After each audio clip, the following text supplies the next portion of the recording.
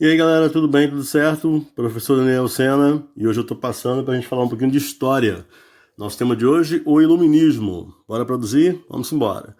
Bom, o Iluminismo foi um movimento filosófico do século XVIII em que os filósofos acreditavam na razão e na busca por conhecimento.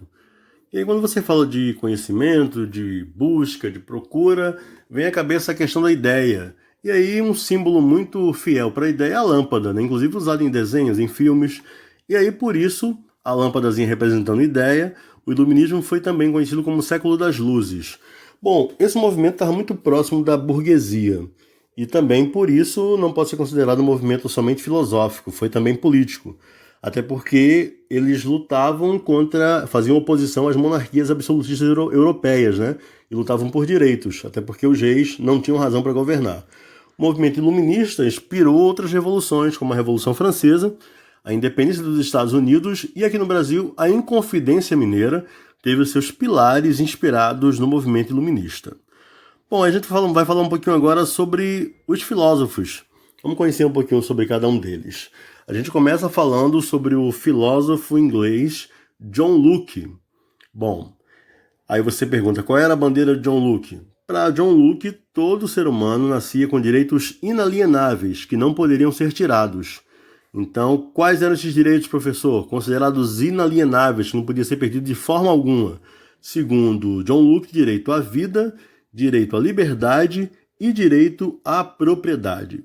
Inspirado nas ideias de John Locke, a gente tem o Voltaire, que foi um crítico ferrenho da Igreja Católica e defensor da liberdade de expressão.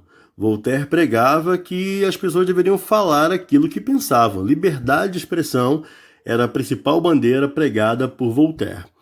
E aí, depois de a gente contar um pouquinho da história de Voltaire, a gente vai falar de um filósofo que até os dias de hoje a gente sofre influência do seu pensamento, que é o Montesquieu. O que é que Montesquieu pensou, professor? Montesquieu pregava a divisão do poder em três partes: executivo, legislativo e judiciário. Só que na visão de Montesquieu, o legislativo era o mais importante. Por quê? Porque faziam as leis. E fazendo as leis, deveriam, pelo menos, representar a sociedade. Por isso, na visão de Montesquieu, era dos três o poder mais importante. O legislativo, porque faziam as leis e teriam, assim, que representar a sociedade. Infelizmente, isso não acontece, né? Paciência. O último filósofo que a gente vai falar aqui é Jean-Jacques Rousseau, que acreditava que o homem nascia bom e se corrompia pela sociedade. Esse era o pensamento de Rousseau. Bom, ele também criticava as desigualdades sociais causadas pela sociedade privada. E também era um defensor ferrenho da democracia direta.